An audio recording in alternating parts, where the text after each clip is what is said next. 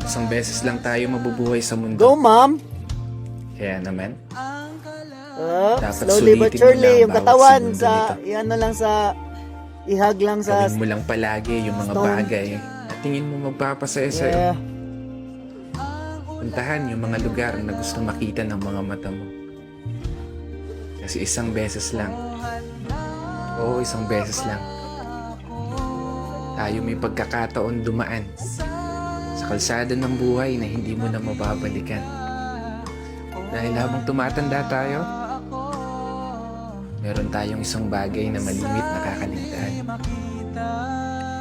Yun ay maglaan ng oras para sa sarili nating kaligayahan. Kasi karamihan sa atin, Sir, puro trabaho ano na na yan? lamang nasa Okay na yan dyan. Woo! Sa Lakas! pagtulog na lang dinadaan Solid yung mo, pahinga Chito! habang namamasyal sa panaginip. At paggising, trabaho ulit. Hanggang sa hindi mo na magawang masulit. Ihag mo yan, ma'am. Parang jowa mo, Kahit ma'am ba? man lang saglit. Husband mo. Yung oras na kay bilis pumipihit. Pero hindi ko sinasabi na huwag ka na magtrabaho.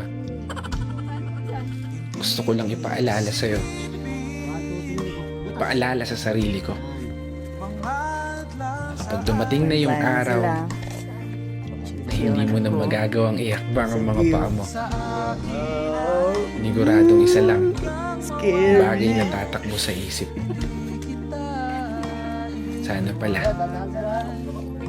ginawa ko na yung mga Sir, bagay na gusto. Chris! Ano, Chris? Sana Yung pala sinulit yung ko na katawan yung mo. mga oras na Huwag mo meron kalimutan na dikit mo palagi sa ano. ako. Kaya hindi Sarap. pa huli. May pagkakataon Relax ka pa lang, bag ano. hanggat hindi Pahinga, pahinga. napaparamdam si Lord. Go, ma'am! Wala ka Ma'am, pang dapat dito ka muna, ipag-alala. ma'am. Say hi muna. Hanggat Woo! hindi ka pa tumatago sa Astig! pintuan, wala kang dapat ipangamba. Dahil hanggat humihinga ka, magagawa mo pa. Gawin lahat ng mga bagay na gusto mo. Basta masaya ka. Walang makakapigil sa'yo.